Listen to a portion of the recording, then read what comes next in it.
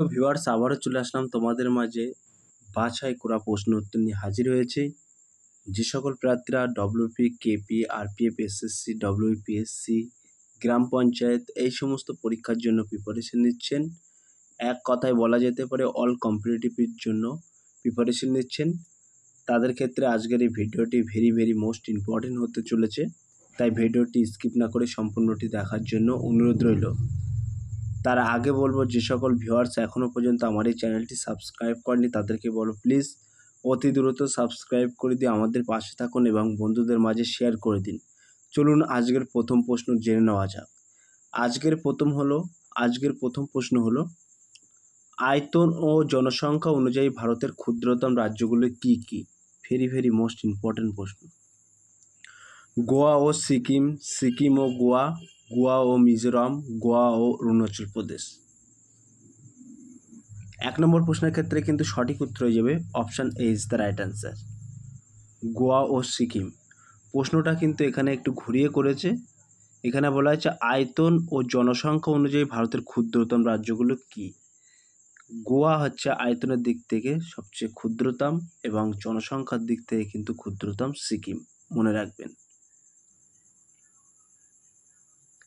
2 নম্বর প্রশ্ন, ভারতের বৃহত্তম পেট্রোকেমিক্যাল কমপ্লেক্স এখানে অবস্থিত? গুজরাট, মহারাষ্ট্র, রাজস্থান, আসাম। 2 নম্বর প্রশ্নের ক্ষেত্রে কিন্তু একেবারে সঠিক উত্তর হয়ে যাবে option A is the right answer, Gujarat. তাহলে ভারতের বৃহত্তম পেট্রোকেমিক্যাল কমপ্লেক্স কোথায় অবস্থিত? মনে রাখবেন গুজরাটে। 3 নম্বর প্রশ্ন, TERLS কোন রাজ্যে অবস্থিত? অন্ধ্রপ্রদেশ, কেরালা, তামিলনাড়ু, কর্ণাটক। 3 নম্বর প্রশ্নের ক্ষেত্রে কিন্তু সঠিক উত্তর হয়ে যাবে option B is the right answer, Kerala. 4 নম্বর প্রশ্ন, কাশ্মীরের ল্যাক্সট্রিন ডিপোজিট যাকে ক্যারোয়াস বলা হয়? জাফরান চাষ, সোপান চাষ, আপেল বাগান, ঝুম চাষ। ভেরি মোস্ট ইম্পর্টেন্ট প্রশ্ন। 4 নম্বর প্রশ্নের ক্ষেত্রে কিন্তু একেবারে সঠিক উত্তর হয়ে যাবে option A is the right answer, জাফরান চাষ। তাহলে কাশ্মীরের ল্যাক্সট্রিন ডিপোজিট যাকে ক্যারোয়াস বলা হয় সেটি কি? মনে রাখবেন জাফরান চাষকে কিন্তু ক্যারোয়াস বলা হয়। 5 নম্বর প্রশ্ন, নিচের কোন নদী বঙ্গোপসাগরের সাথে মিলিত হয় না? মহানদী, ভাইগাই, তাপ্তি, গোদাবরী। 5 নম্বর প্রশ্নের ক্ষেত্রে কিন্তু একেবারে সঠিক উত্তর হয়ে যাবে option C is the right answer, Tapti.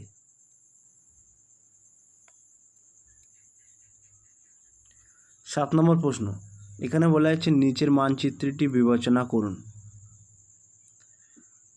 উপকূলীয় দর্শন অঞ্চল, এটি ভূগোলে প্রশ্ন আছে। লবণাক্তকার ঘনত্ব আইসোথেতুগুলি যে অঞ্চলগুলি পর্যন্ত সার্বভৌমত্ব প্রসারিত করে চলে, এটা ততটা ইম্পর্টেন্ট নয়। এই 6 নম্বর প্রশ্নের ক্ষেত্রে কিন্তু সঠিক উত্তর হয়ে যাবে option D is the right answer, জলের রূপান্তর। 7 নম্বর প্রশ্ন, ভারতের নিচের কোন দ্বীপে একটি সক্রিয় আগ্নেয়গিরি পাওয়া যায়? ভেরি মোস্ট ইম্পর্টেন্ট প্রশ্ন। লিটল নিকোবর দ্বীপ, মায়াবন্দর দ্বীপ, নিকোয়ারি দ্বীপ, অনুবর্বর দ্বীপ। 7 নম্বর প্রশ্নের ক্ষেত্রে কিন্তু একেবারে সঠিক উত্তর হয়ে যাবে option D is the right answer, অনুবর্বর দ্বীপ। তাহলে অনুবর্বর দ্বীপে কিন্তু একটি সক্রিয় আগ্নেয়গিরি পাওয়া গেছিল, মনে রাখবেন। 8 নম্বর প্রশ্ন, নিচের কোনটি পূর্ব হিমালয় অঞ্চলের বৃহত্তম হিমবাহ? ভেরি মোস্ট ইম্পর্টেন্ট প্রশ্ন। লোনাক, সোনাপানি, জেমু, বড়শিগড়ি। 8 নম্বর প্রশ্নের ক্ষেত্রে কিন্তু সঠিক উত্তর হয়ে যাবে option C is the right answer, Zemu. তাহলে পূর্ব হিমালয় অঞ্চলে বৃহত্তম হিমবাহ কোনটি? মনে রাখবেন জেমু। ভেরি মোস্ট ইম্পর্টেন্ট প্রশ্ন কিন্তু। 9 নম্বর প্রশ্ন, পালঘাট গ্যাপ নিচের কোন শহরের মধ্যে অভ্যন্তরীণ যোগাযোগ ব্যবস্থা করে? ভেরি মোস্ট ইম্পর্টেন্ট প্রশ্ন। পুনে থেকে মুম্বাই, মাদুরাই থেকে তিরুবনন্তপুরম, চেন্নাই থেকে কোচি, বেঙ্গালুরু থেকে ম্যাঙ্গালোর। 9 নম্বর প্রশ্নের ক্ষেত্রে কিন্তু একেবারে সঠিক উত্তর হয়ে যাবে option B is the right answer, Madurai থেকে তিরুবনন্তপুরম। 10 নম্বর প্রশ্ন, বানিহাল পাস নিচের কোন স্থানকে সংযুক্ত করে? ভেরি ভেরি মোস্ট ইম্পর্টেন্ট প্রশ্ন। মানালি ও লেহা, জম্মু শ্রীনগর, লাদাখ ও তিব্বত, লেহ ও সিয়েচেন। 10 নম্বর প্রশ্নের ক্ষেত্রে কিন্তু একেবারে সঠিক উত্তর হয়ে যাবে option B is the right answer, Jammu ও শ্রীনগর। তাহলে বানিহাল পাস নিচের কোন স্থানকে সংযুক্ত করে? মনে রাখবেন জম্মু ও কাশ্মীরকে কিন্তু সংযুক্ত করে। 11 নম্বর প্রশ্ন, নিচের কোন নদী আরব সাগরে প্রবাহিত হয় না? তুঙ্গভদ্র, সবরমতী, মান্ডেভি, নর্মদা। 11 নম্বর প্রশ্নের ক্ষেত্রে কিন্তু সঠিক উত্তর হয়ে যাবে option A is the right answer, Tungabhadra. 12 নম্বর প্রশ্ন, ভারতের কোন রাজ্য ঈশ্বরের নিজের দেশ নামে পরিচিত? ভেরি ভেরি মোস্ট ইম্পর্টেন্ট প্রশ্ন। রাজস্থান, কর্ণাটক, কেরালা, গুজরাট।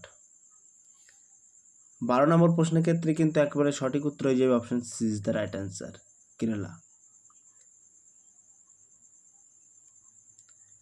13 নম্বর প্রশ্ন, নিচের কোনটি সঠিকভাবে মিলছে না?